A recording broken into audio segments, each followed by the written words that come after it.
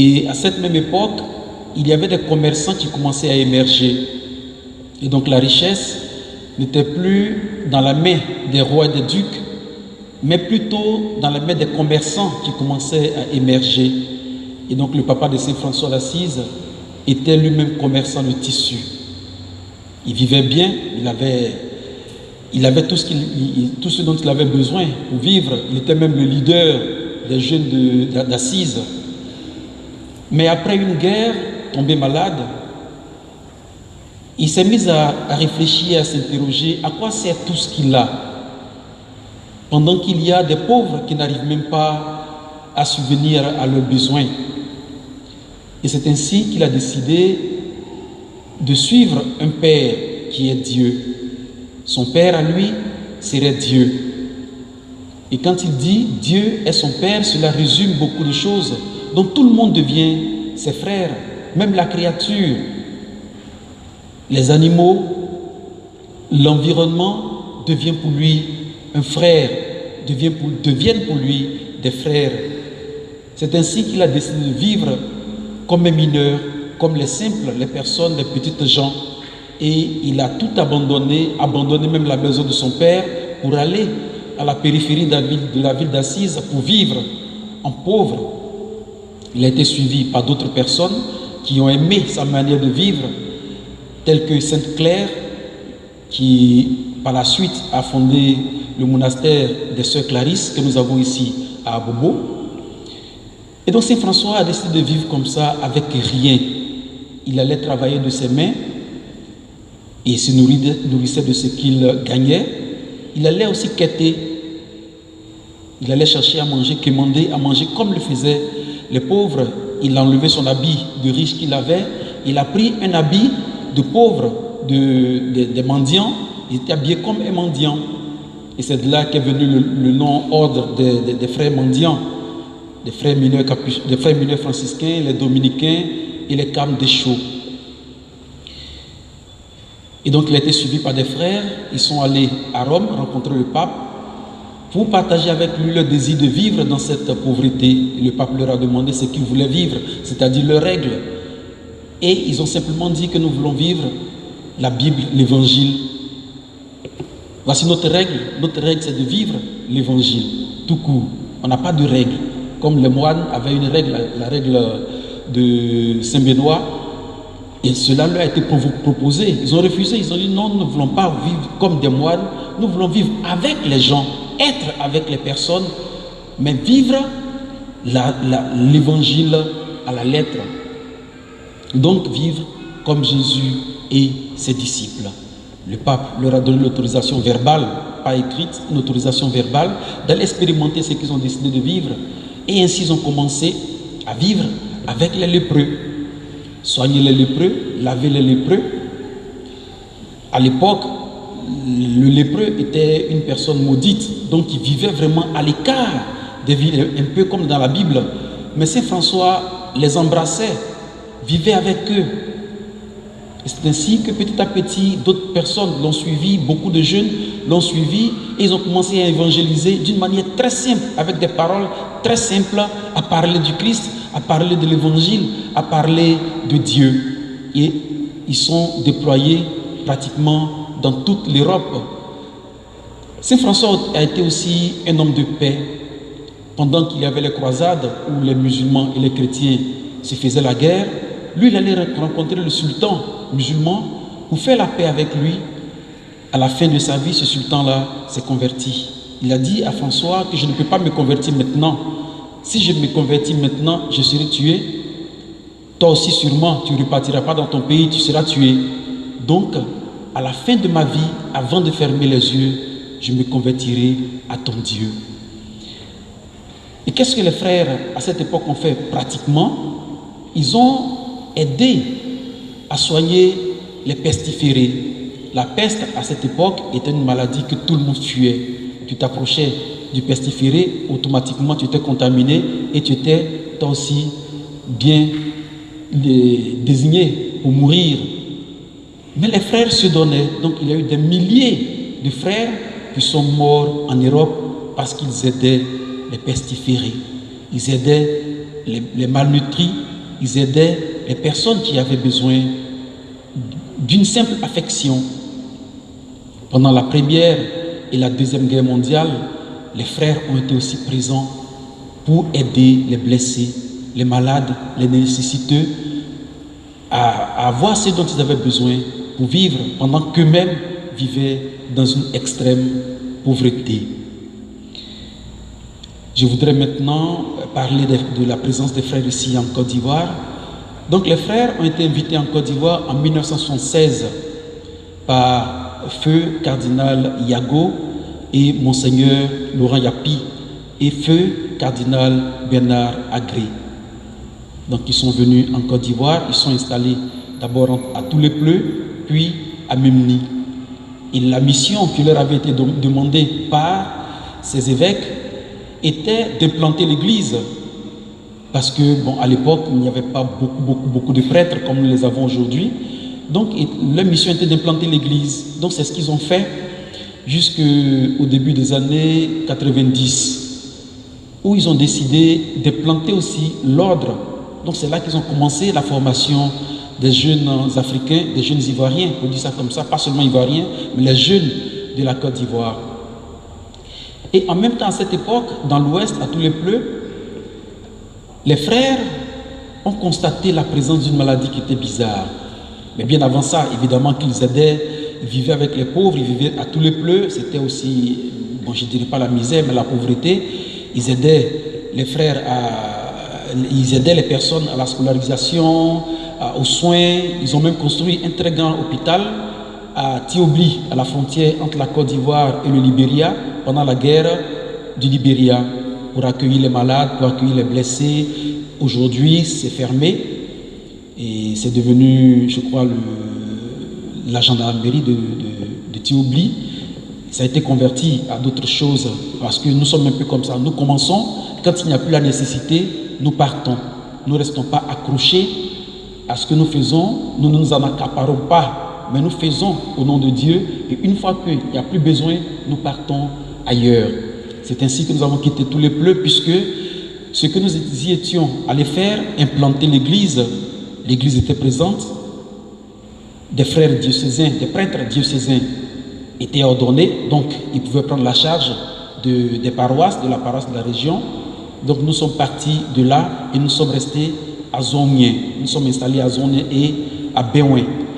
Et c'est là que les frères ont constaté la présence d'une maladie bizarre, des plaies qui ne guérissaient pas. En soignant ces plaies avec les médicaments ordinaires que nous connaissons, les plaies ne guérissaient pas. Donc par curiosité, les frères ont commencé à envoyer ces malades-là à l'hôpital de Zonien, mais ça ne changeait rien.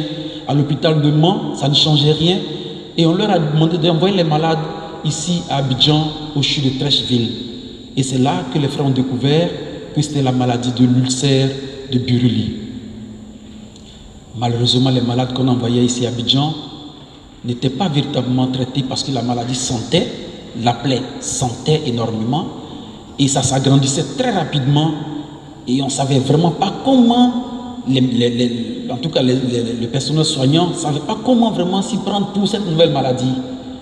Et donc les frères ont découvert que la maladie pouvait être soignée simplement avec du daquin, de la bétadine, mais avec un antibiotique particulier. Et les recherches ont montré que l'agent pathogène était un cousin de la lèpre et de la tuberculose. Donc il fallait trouver un médicament. Et bon, les recherches ont prouvé qu'il y avait un antibiotique particulier qui pouvait aider. Et donc les malades devenant de plus en plus nombreux, on ne pouvait plus les envoyer à Abidjan. Il fallait trouver une solution. Donc les frères, il y avait un conteneur qui était là, ils ont modifié le conteneur en chambre. Et un conteneur, 2 conteneurs, 3 conteneurs, ils ont construit des bâtiments et la cour de la mission est devenue un véritable centre de lutte contre le l'ulcère de Buruli. 2 blocs opératoires, un cabinet dentaire, une école à l'intérieur du centre. Et donc petit à petit les choses ont évolué comme ça. Les frères ont sacrifié leur vie à la lutte contre l'ulcère de Buruli. Donc voici ce qu'ils avaient à partager, leur vie, partager leur temps, partager leur présence pour ces nécessiteux. Malheureusement, avec la première guerre que la Côte d'Ivoire a connue, le centre a été bombardé, pillé. Il y a eu le génie militaire qui allait faire l'expertise pour voir ce qu'on a perdu. Et ce que nous avons perdu avait une valeur de 2 milliards 256 millions de francs CFA. Bon, on nous a promis de réhabiliter, jusqu'à aujourd'hui, rien. Les frères ont dû fuir la ville de Zongye nuitamment. Ceux qui pouvaient marcher, les malades qui pouvaient marcher, ont pris au dos ceux qui ne pouvaient pas marcher et ils ont fui la ville. Et arrivés hors de la ville, ils sont arrangés à avoir des camions qui les ont transportés jusqu'à Mans. De Mans, ils ont eu des camions qui les ont transportés jusqu'à Daloa, d'où l'armée française les a transportés jusqu'à Abidjan. Dieu sait faire les choses, puisqu'ici à Abidjan, on a un grand centre qui venait d'être construit, qui venait d'être achevé, qui devait accueillir les étudiants capucins de l'Afrique de l'Ouest jusqu'en Centrafrique. C'était tout prêt. Tout était prêt pour accueillir les étudiants. Malheureusement, la guerre a commencé, les étudiants ne sont pas venus. Donc ce centre a été converti en hôpital. Donc le centre a fonctionné comme un hôpital de 2003 jusqu'en 2008. Les malades, ce n'est pas que les malades étaient finis, mais simplement, vu la performance du centre, selon les échos de l'OMS, nous avions le plus grand centre du monde de lutte contre le l'ulcère de Buruli. Nous faisions tout sur place. Les examens, les résultats des examens étaient faits sur place. Les malades étaient guéris sur place. Il y avait une petite école à l'intérieur, mais les plus grands étaient inscrits dans un collège à côté. Donc tout était réuni pour que les malades soient pris en charge au 100%. L'OMS a découvert notre centre et l'OMS était, selon les rumeurs, je dis les rumeurs puisqu'il n'y a aucun papier qui le dit, selon les rumeurs, l'OMS était en train de décider de venir voir notre centre et prendre notre centre comme le centre de recherche international sur l'ulcère de Buruli. Nous sommes des religieux. Si l'OMS vient prendre le centre, que l'OMS donne 10 francs pour la recherche, les 10 francs iront pour la recherche. Et donc, 2 personnes puissantes de ce pays ont décidé de nous faire déguerpir, ouvrir un centre à eux pour pouvoir accueillir ceux qui devaient venir. Ils ont tout fait, ils ont réussi. Nous avons essayé de lutter contre eux, religieux que nous sommes, nous n'avons pas réussi à les vaincre. Ils nous ont fait déguerpir, ils ont ouvert un pavillon quelque part que j'ai terré. L'OMS est arrivé, ils ont vu que ce n'est pas ce qu'ils avaient vu sur le support vidéo, ils sont repartis et donc la Côte d'Ivoire a perdu. Ce ne sont pas des hommes politiques, ne cherchez pas à imaginer qui c'est, vous ne pourrez pas les connaître. Et donc le centre a fermé en 2008. Moi, j'ai été ordonné prêtre en 2017, donc je suis allé à Zongye comme vicaire. Les malades venaient là devant mon bureau, soit dans des brouettes, au dos de leurs parents. Qu'est-ce qu'il fallait faire? Les chasser? Non. Quand on a fermé le centre, on a indemnisé tout le personnel, on a vendu ambulances, on a vendu ciseaux, on a vendu, en tout cas tout ce qu'on avait là pour pouvoir indemniser le personnel.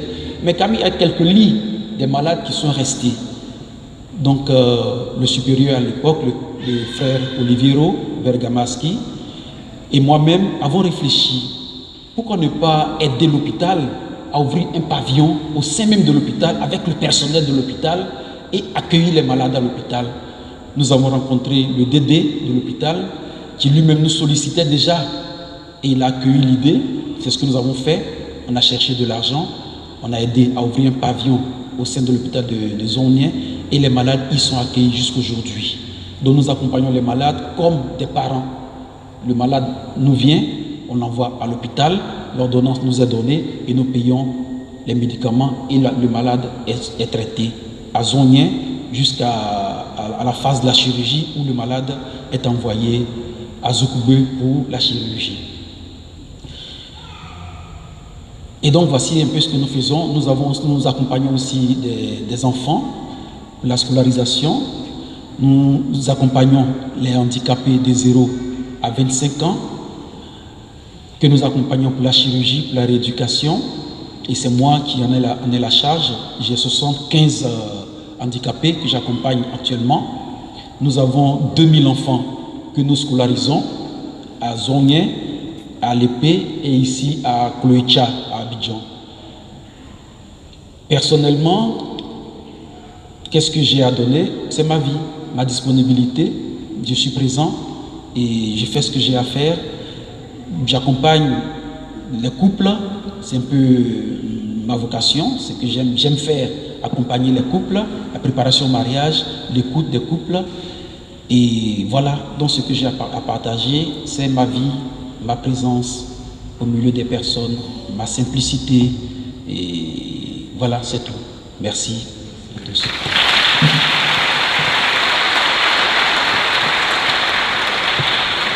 Qu'avons-nous à offrir, à partager?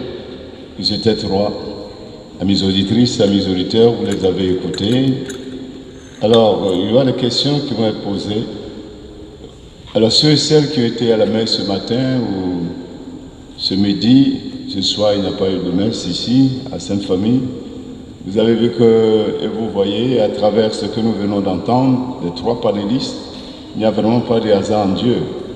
Le texte d'aujourd'hui, particulièrement l'évangile, c'est le pauvre Lazare, le riche, car vous nous a partagé. Et nous avons vu que les trois ont dit les choses avec leur charisme propre, leur style propre, et on les a retrouvés tous pratiquement sur le même terrain, avec leur façon de faire, propre à eux, à elles, sur le même terrain de Christ souffrant, de Christ en croix, qui a soif, et qu'il faut donner à boire, le Christ malade, le Christ blessé, qu'il faut soigner.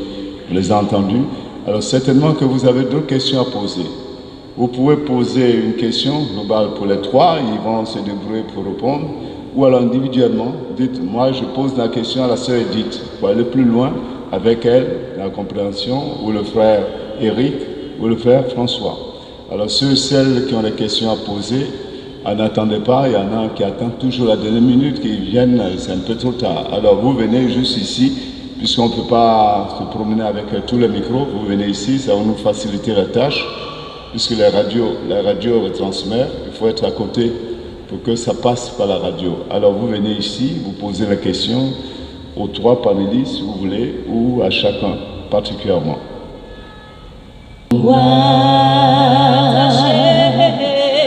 Attaché à la croix pour moi, il a pris mes péchés, il m'a délivré. Attaché à la croix pour moi.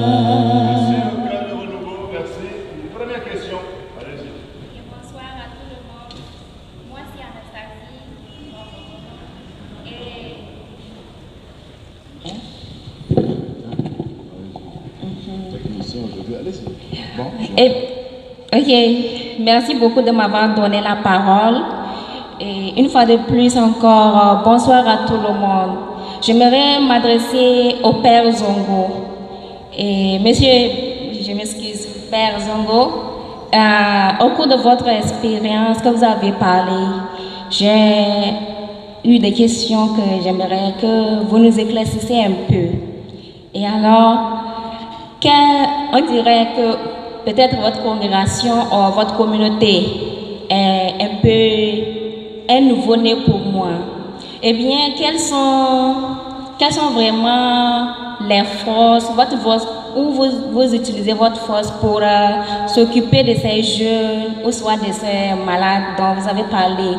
Et j'aimerais aussi savoir quel est aussi votre embellissement pour l'avenir de ces jeunes. Est-ce que vous avez encore des perspectives dans l'avenir pour ces gens-là ou bien qu'est-ce que vous en pensez? C'est ce que je voudrais savoir quoi. Et j'aimerais aussi savoir, je m'excuse un peu. Allez-y, il n'y a pas beaucoup qui posent des questions. Allez poser des questions. Ok, merci. Et je m'excuse. Quelle est aussi et la question vient de partir. Ok, mais ça fait rien. Quand ça va arriver, tu reviens. Alors, Père Zongo, tu as saisi, hein? Mais si tu veux, vas-y. Désolé. Alors, où je tire ma force, c'est la prière. Alors, donc, comme je suis prêtre et que je suis chrétien, et que c'est une mission qui ne vient pas seulement de moi-même, et que, au fond, ça vient de Dieu, c'est sur Dieu que je m'appuie, bien sûr, par la prière. Ça, c'est la chose.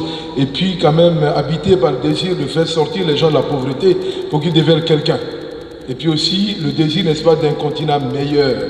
Un continent où, je veux dire qu'on ne parle pas seulement, en fait, où les choses n'avancent pas.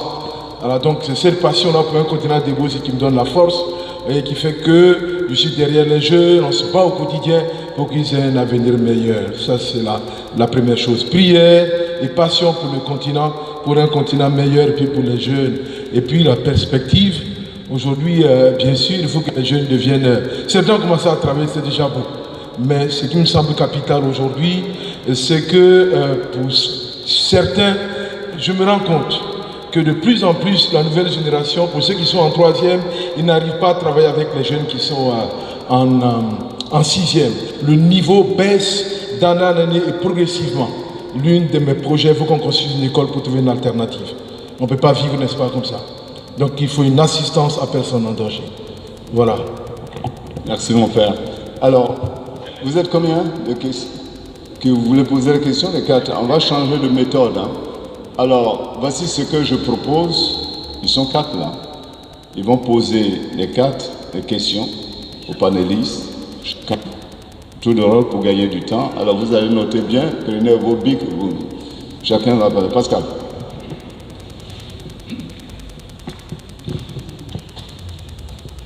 Merci Père. Je voudrais d'abord remercier Pascal Valentin Renaud.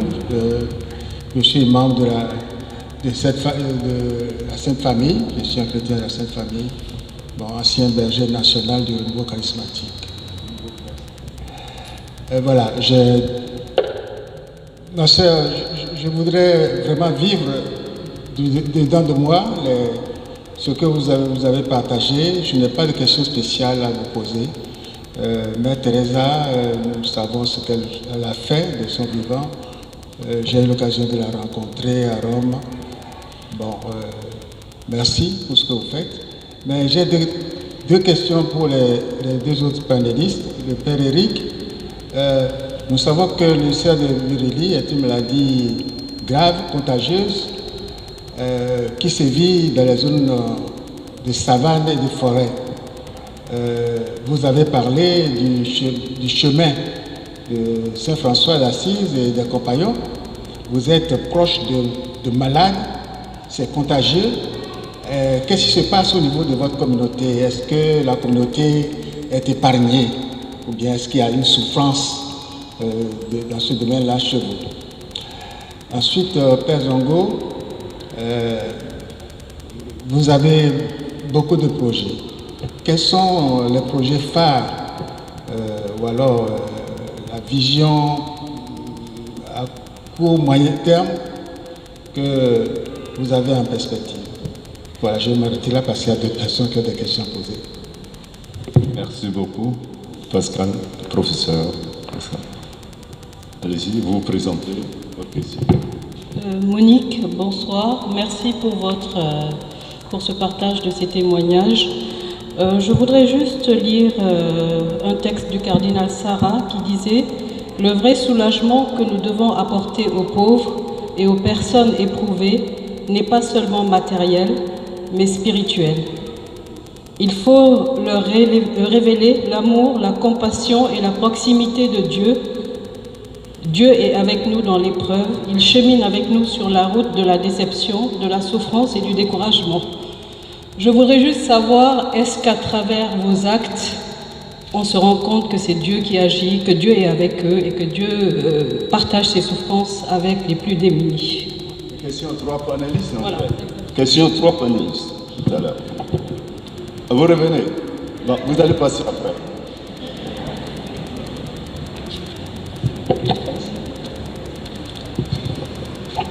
Bonsoir. Bonsoir, moi c'est Patrick Kiba. En fait, j'ai beaucoup écouté l'exposé du frère Capucin. Vous m'excusez, je n'ai pas retenu son nom. Vous m'excusez, je n'ai pas retenu son nom, mais c'est le frère Capucin. En fait, ça m'a beaucoup touché. Oui, le frère Eric. Voilà, le frère Eric Dengue. En fait, c'est une question de foi, en fait. Parce que j'étais assis, je ne comprenais pas. Je me posais beaucoup de questions. Parce que votre exposé donne vraiment la chair de poule. Donc, je suis venu. La question, c'est quoi? Vous étiez arrivé à quelque chose. Vous aviez ouvert un centre de santé et vous soignez beaucoup de gens. Et le plus, c'est que c'était au nom de Dieu. Je ne comprends pas comment un être humain a pu arriver à fermer ou à bloquer ce processus qui faisait beaucoup de bien à beaucoup de personnes. Donc, ma question, c'est, je ne dis pas que je n'ai pas la foi, mais c'est plutôt à vous de vraiment rehausser cette foi qui est en moi, de m'expliquer comment Dieu a pu laisser faire en fait ça. Parce que je suppose que les frères priaient en même temps qu'ils le faisaient. Donc si les frères n'ont pas pu bloquer ce processus, bon, je me pose beaucoup de questions. Comment nous, on peut arriver, parce qu'il y a souvent beaucoup de gens aussi qui veulent faire du bien. Quand il a un travail, il aide 2, 3, 4 gars dans le quartier. Et après, il n'a plus de travail, donc il ne peut plus aider ces gars. Donc je ne sais pas, sa mission, ce n'était pas d'aider ces gars, ou bien sa mission, c'était quoi? Voilà. Donc je me posais beaucoup de questions, donc je me suis dit, il faut que j'arrive pour vous poser cette question. Merci. Merci beaucoup. La question, votre nom? La question 3 ou à une seule personne? Allez-y. Bonsoir, chers panélistes. Je suis Emmanuel Cambiré de la paroisse NDI de Notre-Dame de l'Incarnation de la Palmeraie et je suis venu participer à votre conférence et j'ai deux questions en quelque sorte. Une première question d'abord relativement aux 3 panélistes. D'où viennent vos ressources pour la poursuite de votre mission? Et avez-vous des résultats déjà concrètement obtenus? Première question. La deuxième question s'adresse au dernier conférencier et c'est appesanti sur la vie de Saint François d'Assise qui aurait eu pour frère tout ce que Dieu a créé et qui soit vivant, comme conformément au psaume 150 qui soutient que tout ce qui respire loue le Seigneur. On est d'accord. Mais tout ce qui respire aussi constitue un danger quelque part pour l'homme. Tout ce que Dieu a créé, ce n'est pas toujours positif pour l'homme. On sait que le serpent, il est dangereux. Le lion, il est dangereux. C'est un carnivore. Et bien d'autres bêtes encore féroces. Et lui, il en fait des amis. Et pas des amis, seulement des frères. Mais si on sait que la fraternité suppose la proximité de fréquentation, j'avais soif, vous m'avez donné à boire, j'avais faim, vous m'avez donné à manger. Est-ce qu'il comprend le langage des animaux et comment il arrive à vivre cette proximité de fraternité avec le monde animal? Ou bien il choisit les animaux domestiques? Je m'interroge bien. Merci. Merci beaucoup. La question, ma soeur, vous revenez? Votre question au Père Zongo encore? Oui. Allez-y. Oui, mon père, quels sont vos sentiments sur le terrain, c'est-à-dire dans votre apostolat? Et de quel genre de la jeunesse vous vous occupez? Est-ce que c'est seulement au niveau national ou bien vous avez encore l'amour de le faire épargner dans d'autres pays? J'aimerais le savoir. Merci. Merci. Alors, ma question, ce sera à la sœur Edith d'abord, et puis à vous 3.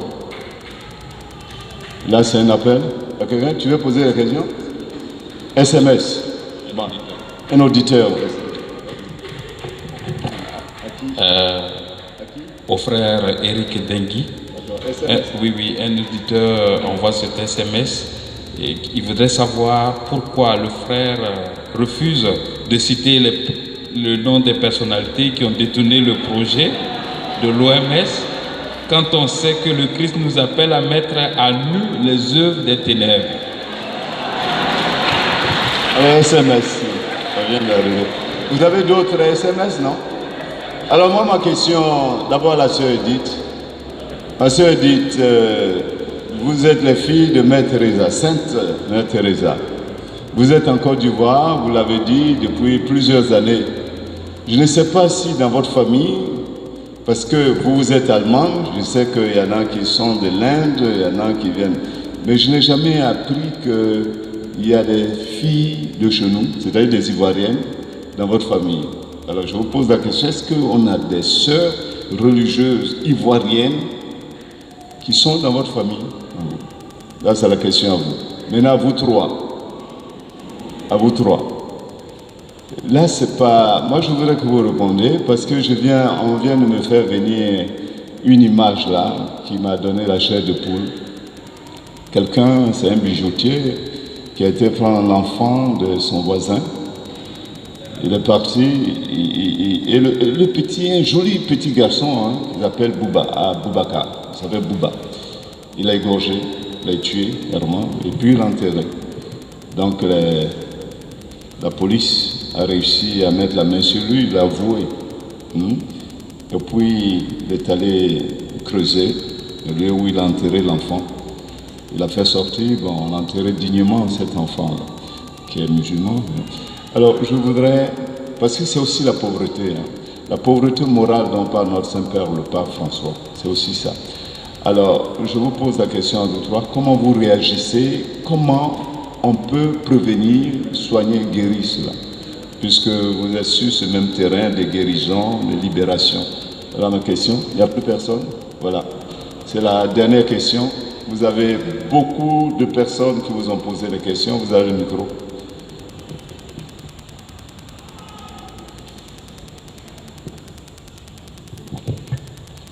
Merci. Nous sommes appelés à dévoiler tout ce qui est voilé, mais je dirais aussi qu'il faut respecter la dignité des personnes, même si les personnes nous ont fait du mal.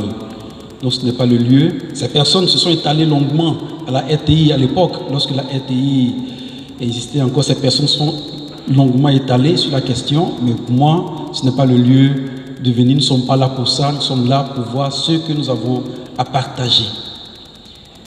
Je voudrais dire au professeur que l'ulcère de Burli n'est pas une maladie contagieuse. Jamais. Et ça a été l'argument que les personnes ont soulevé pour pouvoir nous faire fermer. Qu'Abidjan n'est pas une zone endémique, donc il faut fermer le centre. Celui qui a voulu faire fermer est venu et quand il s'est rendu compte qu'il y avait toute la démonstration de l'OMS et quand il avait aussi en face de lui le personnel qui lui a posé la question de savoir où se trouve le centre antituberculeux d'Abidjan, n'a pas pu répondre. C'est en prêt à jamais. Tout le monde sait ce que c'est que la tuberculose. Et l'ulcère de Burli est démontré par A plus B, pas une maladie contagieuse. Nous vivons aisément avec les malades de l'ulcère de Burli. Il y a des dames, des jeunes filles qui ont porté une grossesse, qui ont accouché, qui ont allaité, qui ont vécu avec leurs enfants pendant qu'elles étaient malades. Il n'y a pas eu de contamination, il n'y a pas de problème avec les malades de l'ulcère de Burli. Comment nous faisons faire sentir aux nécessiteux que ce n'est pas de la pure philanthropie, mais que c'est par amour de Dieu? C'est simplement notre présence. Nous sommes avec ces personnes, nous vivons avec elles, nous partageons ce que nous avons. Ce n'est pas que ces personnes sont quelque part et que nous sommes quelque part. Non. Si vous allez dans nos communautés, c'est vrai, il y a une clôture, mais la cour est toujours pleine. Les enfants sont là, ils jouent avec nous. Ça tire nos habits de gauche à droite, ça prend les cordons, ça joue avec le cordon. Nous sommes là avec les personnes, nous vivons avec elles. Des fois, tu es obligé de laisser ce que tu fais pour pouvoir écouter celui qui vient. Donc, c'est simplement notre présence, le partage de ce que nous avons, le partage de notre personne, c'est tout. Être disponible pour nos frères et nos sœurs. Puisque le numéro 60 de nos constitutions dit ceci que je vais lire. Vivons dans une solidarité constante avec les multitudes de pauvres de cette terre. Nous approuvons les frères qui, dans les situations propres de leur pays, vivent avec les pauvres et partagent leurs conditions et leurs aspirations.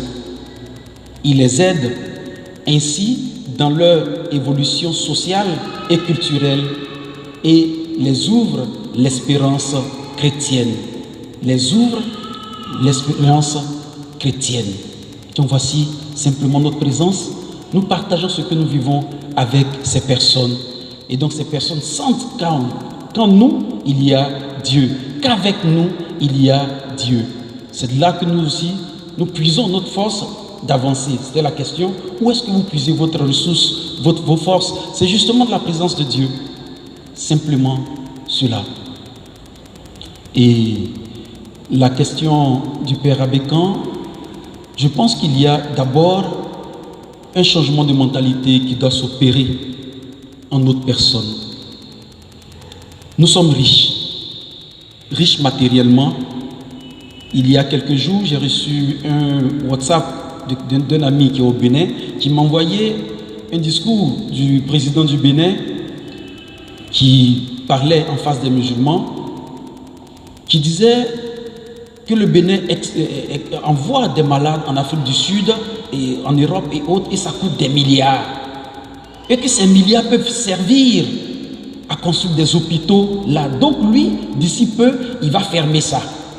Et cet argent qui est dépensé servira à construire un hôpital de référence au Bénin. Donc voici le changement de mentalité. Nous avons du potentiel. Et si chacun de nous veut partager ce potentiel, partager ce qu'il a, la Côte d'Ivoire changera. On peut avoir de meilleures écoles, on peut avoir de meilleurs hôpitaux, on peut avoir de meilleurs dispensaires, on peut avoir de meilleures villes. Mais chacun se sert. On ne partage pas. Chacun se sert. Si nous changeons de mentalité, nous allons changer notre situation réelle. La pauvreté pourra disparaître. Merci.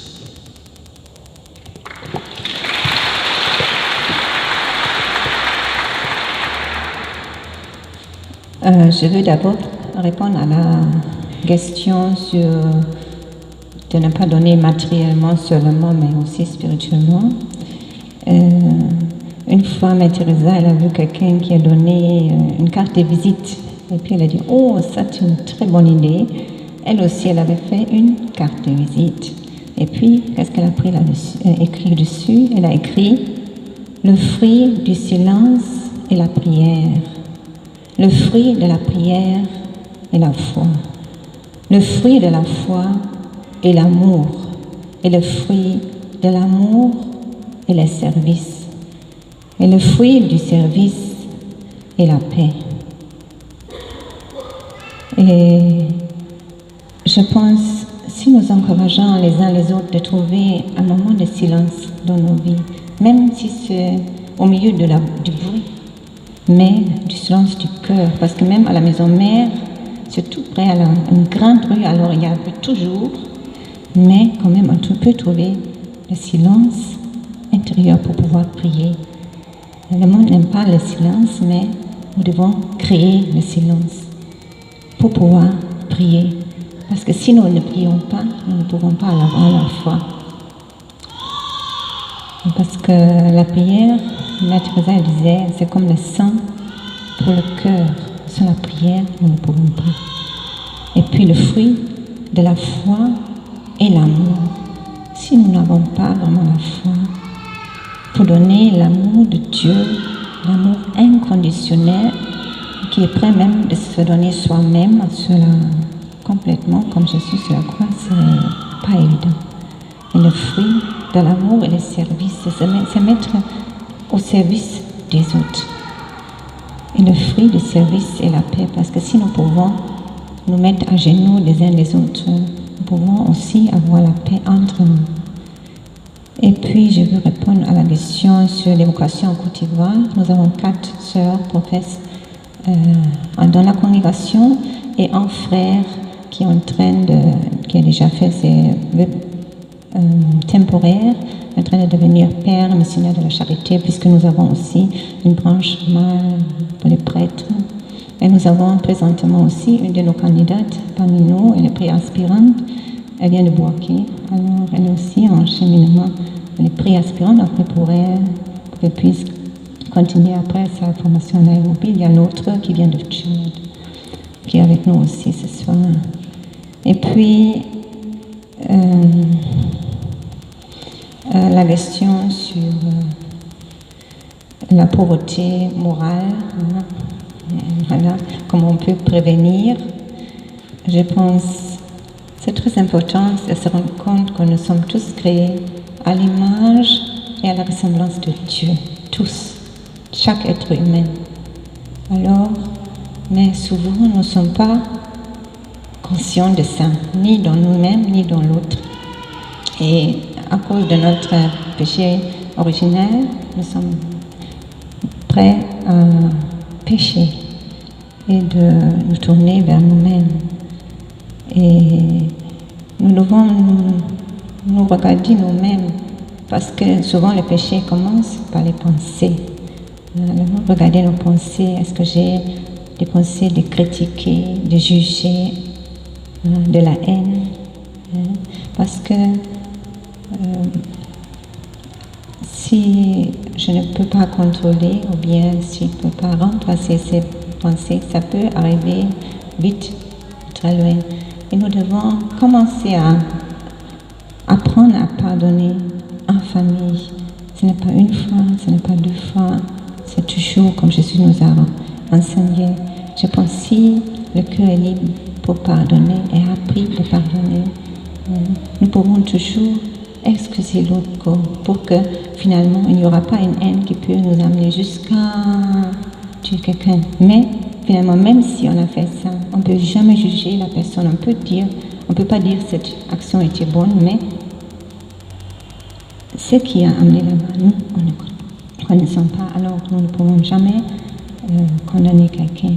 Mais nous pouvons seulement aider la personne pour retrouver aussi en lui-même, si on a fait même cette crime-là, de nous reconnaître encore enfant de Dieu, parce que Jésus est toujours prêt, le Père il est toujours prêt de remettre dans ses bras un enfant guéri. Merci.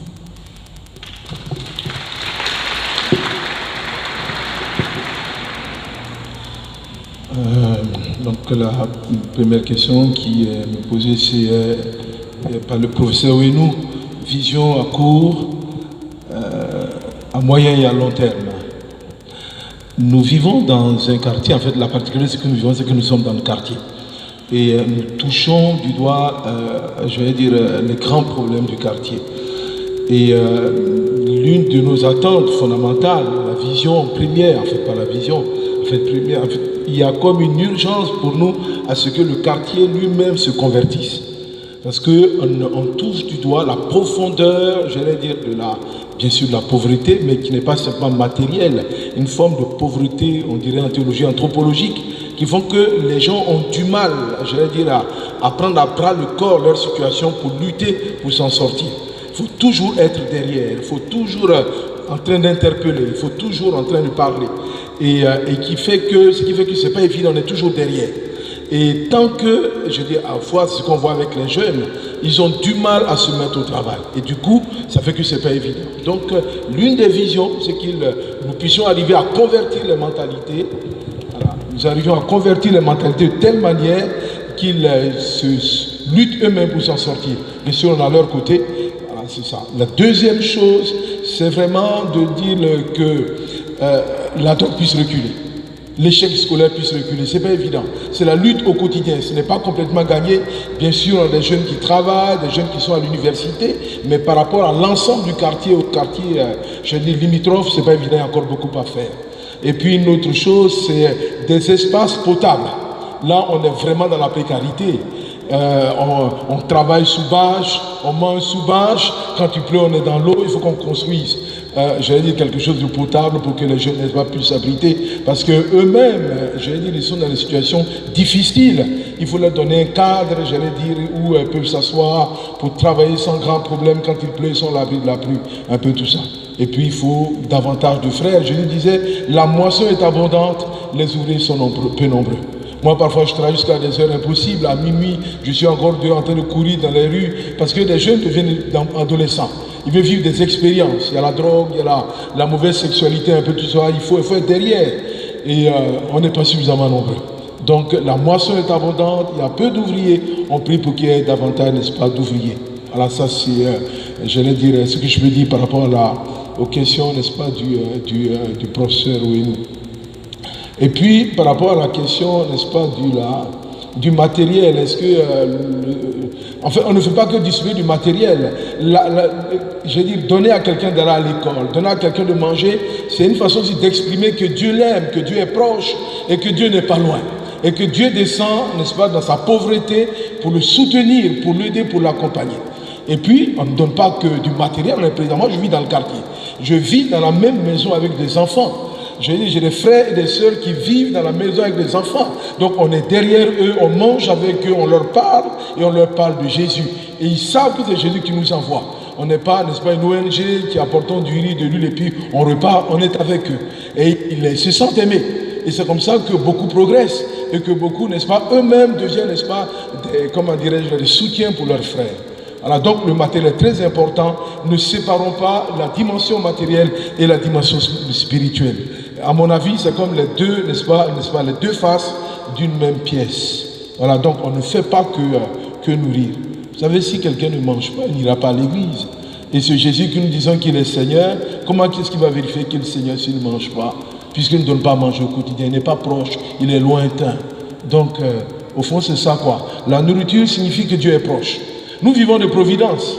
Et parfois, quand il n'y a pas à manger, qu'est-ce qu'on leur dit? Mais allez, prie. Et puis, je veux dire, 20 minutes, 1 heure plus tard, il y a quelqu'un qui vient avec la nourriture. C'est concret. Voilà, ce n'est pas un discours. Ils vivent des expériences, au fond que, n'est-ce pas, la vie mystique, spirituelle, n'est pas seulement pour des hommes d'église, ou bien, n'est-ce pas, des personnes qui se trouvent, n'est-ce pas, l'espace paroissial, mais aussi se trouve dans la rue, se trouve dans la boue, se trouve dans le quartier. Et ces jeunes vivent des expériences de foi concrètes, que Jésus est vivant au quotidien, n'est-ce pas? Et que c'est Jésus qui leur donne d'aller à l'école, j'allais dire de se laver, et vient au secours, n'est-ce pas, des parents. Bref, leur donne, n'est-ce pas, de pouvoir réussir et de pouvoir aller dans les meilleures écoles. Certains sont chez nous, mais ils sont à l'école à Cocodici qui fait près d'1 million. Mais comment est-ce qu'ils peuvent aller à une école qui est 1 million? Ce n'est pas la Providence qui fait ça. Voilà, donc... réponse à la question, n'est-ce pas, spirituelle, matérielle, et puis quoi d'autre encore? Une façon de prévenir la pauvreté morale, c'est d'éduquer, c'est de former, c'est de conscientiser, c'est que les gens fassent l'expérience que Jésus-Christ est Seigneur et Sauveur, n'est-ce pas, dans leur quotidien. On se rend compte que, en fait, ceux qui s'adonnent à ce type de pratique, à la drogue, c'est des personnes qui le plus souvent sont livrées à eux-mêmes. Les parents ne sont pas là. Moi, la dernière fois, à la Saint-Valentin, je donnais un petit témoignage. Je suis allé au grand carrefour, là, j'ai l'une des sœurs qui est là, et puis je rentrais vers 23h. Et puis, nos jeunes, ils étaient dans la rue, c'était des jeunes, ils sont postés au carrefour. Jeunes garçons et jeunes filles pour vivre la Saint-Valentin. Voyez? Quand ils m'ont vu, ils ont fui. Bon, après, je me suis débrouillé, je les ai rattrapés, et puis j'ai accompagné certains chez eux à la maison. J'ai certains, quand je suis arrivé vers 23h, plutôt vers 24h, il n'y avait personne dans la maison, pas d'adulte, ni papa ni maman, la maison était vide. Et je me suis rendu compte qu'il y a une véritable absence du Père dans nos sociétés, qui font que les jeunes ne sont pas soutenus, ils ne sont pas éduqués, ils n'ont pas de référence, ils ne sont pas interpellés. Du coup, ils ramassent, n'est-ce pas, les vices de la société, la drogue, la mauvaise sexualité, la violence, parce qu'il y a un vide. Voilà. Et donc, si on est présent, si on éduque et on est présent auprès des jeunes, bien sûr, on pourra éviter certains problèmes. Moi, ce qui me semble très important, en revenant sur la question, n'est-ce pas, des questions d'avenir, c'est les éducateurs de rue. En Europe, on trouve, n'est-ce pas, des éducateurs qui sont dans la rue, n'est-ce pas, et qui vivent un corps à corps avec les jeunes qui les accompagnent. Chez nous, c'est très rare. C'est très rare d'être dans les rues avec les jeunes. Ils sont à l'école avec les enseignants et les éducateurs, mais entre la maison et la rue, il n'y a personne. Donc, nous, notre travail aussi, c'est d'être dans la rue et nous prions pour qu'il y ait plus davantage de serviteurs, de jeunes, n'est-ce pas, dans la rue, des éducateurs capables de les accompagner et de les aider. Voilà. Merci.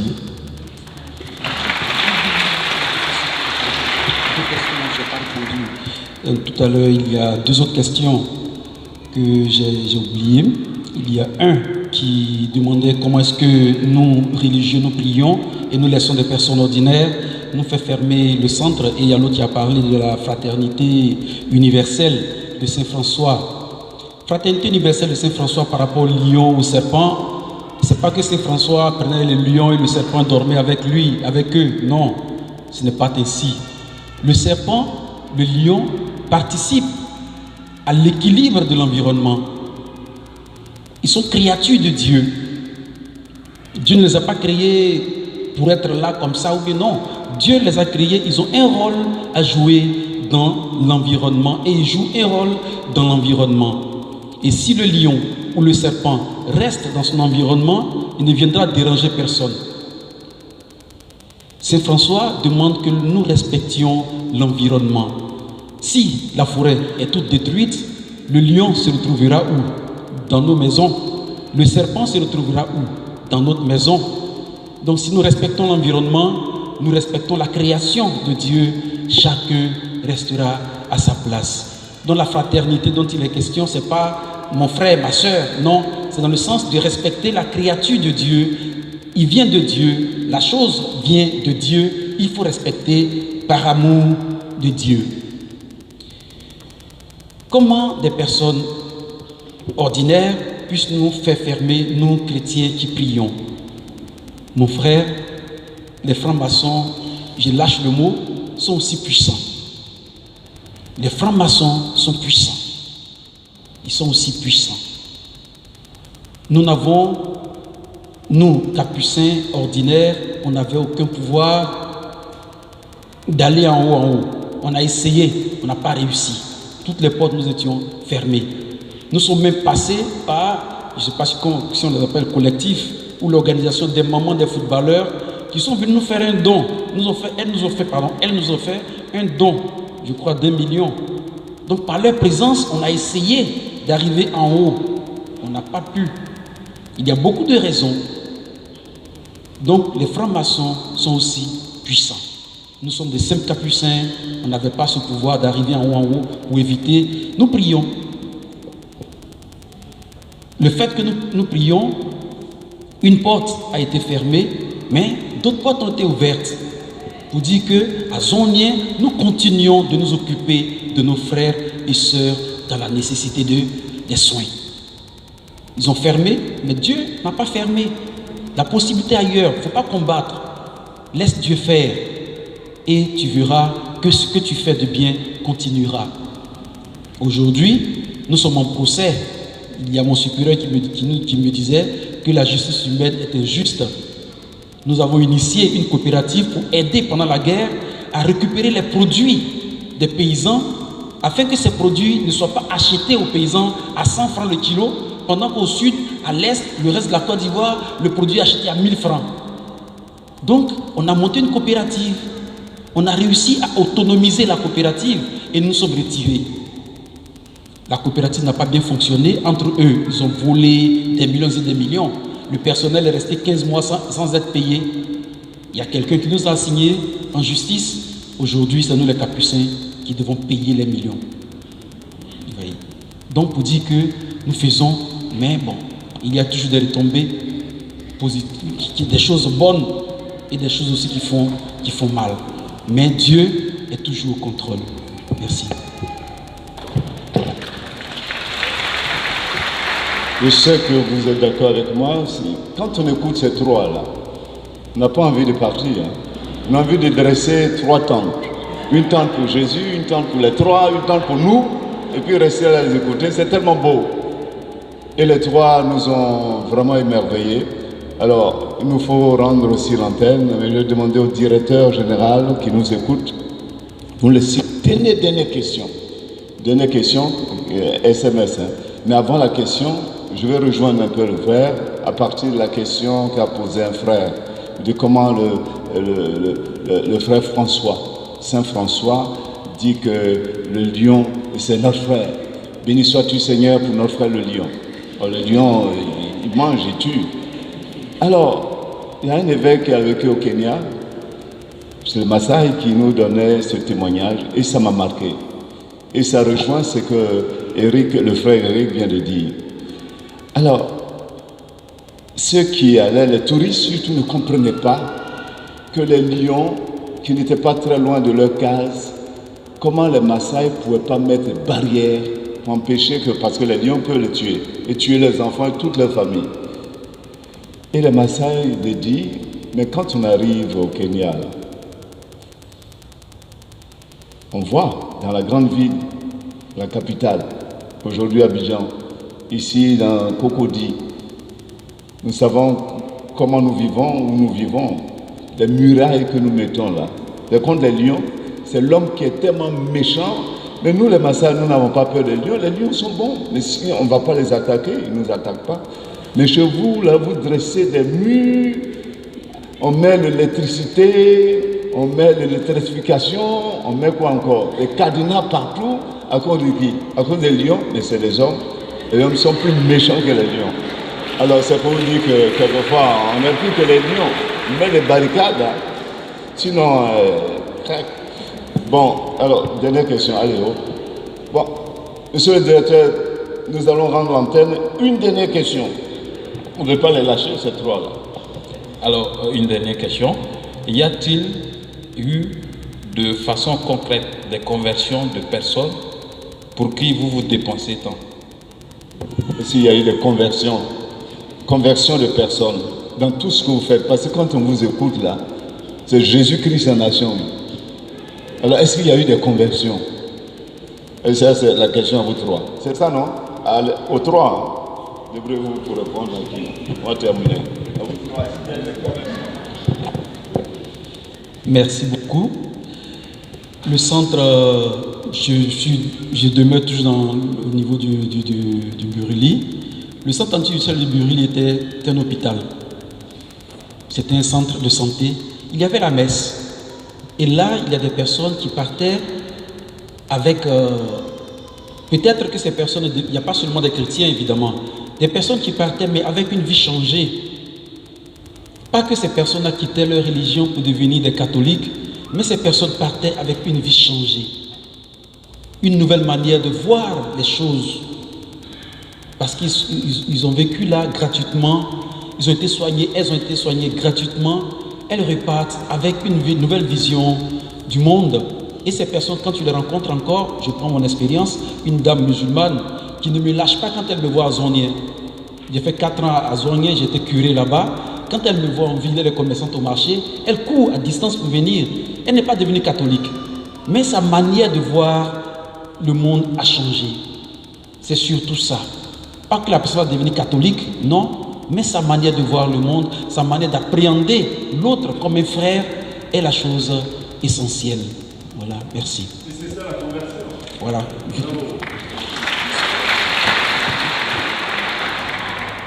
Oui, je suis tout d'accord. Mais Teresa, elle disait, j'aime toutes les religions, mais je suis en amour avec mon religion. Alors, et nous essayons d'aider les musulmans à devenir meilleurs musulmans, les hindous, meilleurs hindous, les catholiques, meilleurs catholiques. Et nous voyons ici à Côte d'Ivoire, mais aussi ailleurs, que vraiment il y a beaucoup de miracles qui se passent. Et je pense aussi c'est parce que c'est l'amour de Dieu qui est universel et on se rend compte par cet amour. Et puis il y a beaucoup de changements dans la vie des personnes et c'est vraiment l'amour qui nous unit. Et là, vraiment, il y a beaucoup de témoignages. Merci.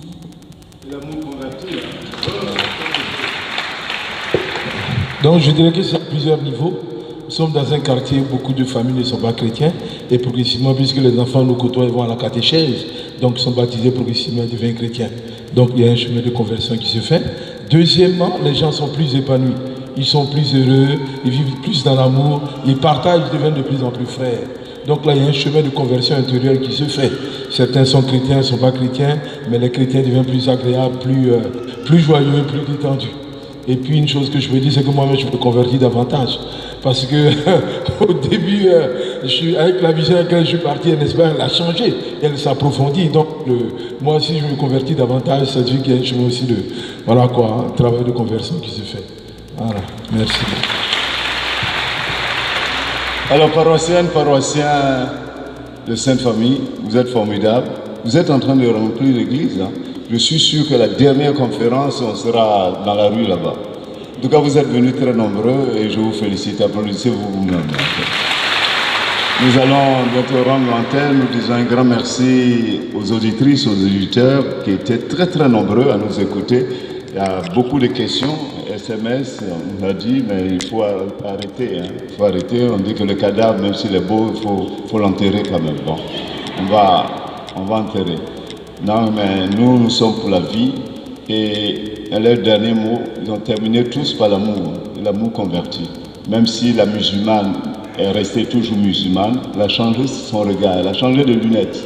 Et elle avait des lunettes déformantes, maintenant elle voit des lunettes claires maintenant. Vous voyez, on ne voit plus les autres comme des monstres, mais comme des frères aimés. Et là, j'ai beaucoup aimé ce que les trois ont dit, l'amour. La sœur Edith qui cite la mère Sainte Teresa et le frère Zongo qui termine aussi par cette conversion de ceux et celles avec qui ils vivent dans ce quartier de Divo. Alors, nous avons été vraiment nourris et vous êtes en train de nous aider à mieux vivre notre temps de carême avec cette bonne nourriture spirituelle. Dieu vous bénisse dans vos différentes communautés, congrégations, pour que l'amour soit semé pour la gloire de Dieu, c'est le Christ. Quelqu'un disait au pape Benoît XVI, mais nous on ne comprend pas, dans ce monde on dit que Jésus est venu, il est passé, il est venu, mais les gens souffrent toujours, il y a des guerres, il y a des tsunamis, il y a des tueries, finalement il a apporté quoi? Et le pape calmement dit, mais il nous a donné Dieu. Il nous a donné Dieu. Quand on nous donne Dieu, en tout cas merci de donner Dieu ainsi dans ces milieux où nous vivons et vous êtes en train de nous dire à notre tour aussi de donner Dieu où nous sommes. Merci beaucoup, bonne soirée. Nous allons nous lever pour la prière finale en disant un grand merci à la Radio Espoir, toutes les radios, KV TV, Ecclesia TV, Adoration Matinale, Radio Nationale Catholique et toutes les autres radios qui nous ont suivis. Merci. On vous attend pour le jeudi prochain. Le jeudi prochain, c'est là que Monseigneur vient. Lui, il vient le 22. Le jeudi 22, on approche de Pâques, c'est Monseigneur Touabli qui arrive. Mais déjà le jeudi prochain, c'est la gratuité, un lieu de fécondité avec, je n'ai pas de nom. Ah oui, le père Paul Zikri, le franciscain, là, le directeur de... Ok. Donc le jeudi prochain, nous serons encore nourris. Hein. Venez encore plus nombreux. Et soyez à l'écoute aussi pour ceux qui ne peuvent pas venir à Sainte Famille. Au nom du Père et du Fils et du Saint-Esprit. Seigneur, tu es l'alpha et l'oméga, le commencement et la fin de tout. Nous terminons cette belle rencontre. Reste avec nous, accompagne-nous, accompagne chacun de nous, chacune de nous. Et fais que nous puissions, partout où tu nous as semer l'amour. Pour que beaucoup qui ne te connaissent pas encore te découvrent que tu es vivant à jamais. Vierge Marie, la nuit est arrivée, nous nous remettons en tes mains maternelles, veille sur nous.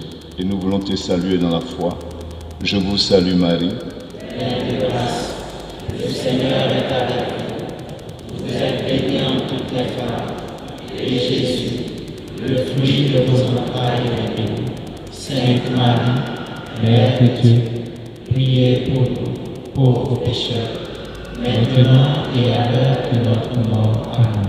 Alors tous les prêtres qui sont là vont vous donner la bénédiction. Je vous en prie, ça nous a échappé. Je vous en supplie. Vous savez, les conférenciers qui arrivent, il faudrait quand même penser à eux. Alors, vous allez vous asseoir pour 2 minutes seulement. Pour le Père, le Fils et le Saint-Esprit. Bonne nuit et bon appétit pour ceux qui vont manger.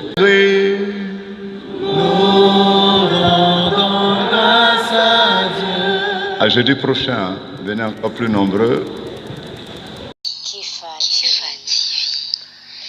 Kifa TV.